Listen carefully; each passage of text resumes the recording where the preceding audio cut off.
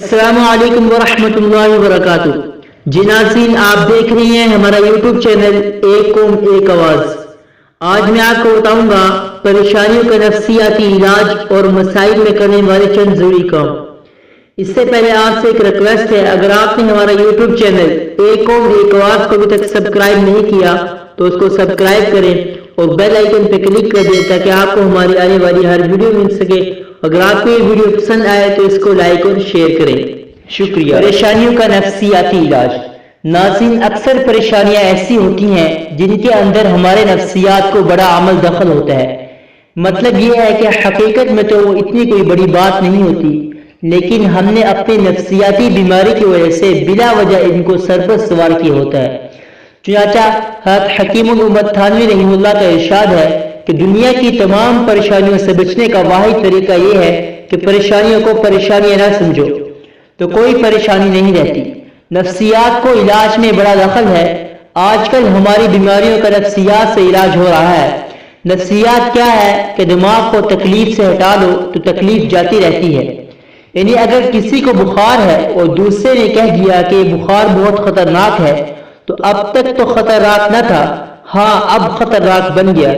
اسی طرح اگر پریشانی کو یہ سمجھا جائے کہ یہ پریشانی کچھ بھی نہیں تو وہ پریشانی نہیں رہتی۔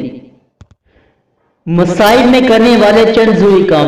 ناظرین، اگر آپ کسی مصیبت میں مبتلا ہوں، اس وقت اگر آپ یہ درجہ ذیل کام کریں گے تو آپ مصیبت میں بھی راحت و سکون محسوس کریں گے۔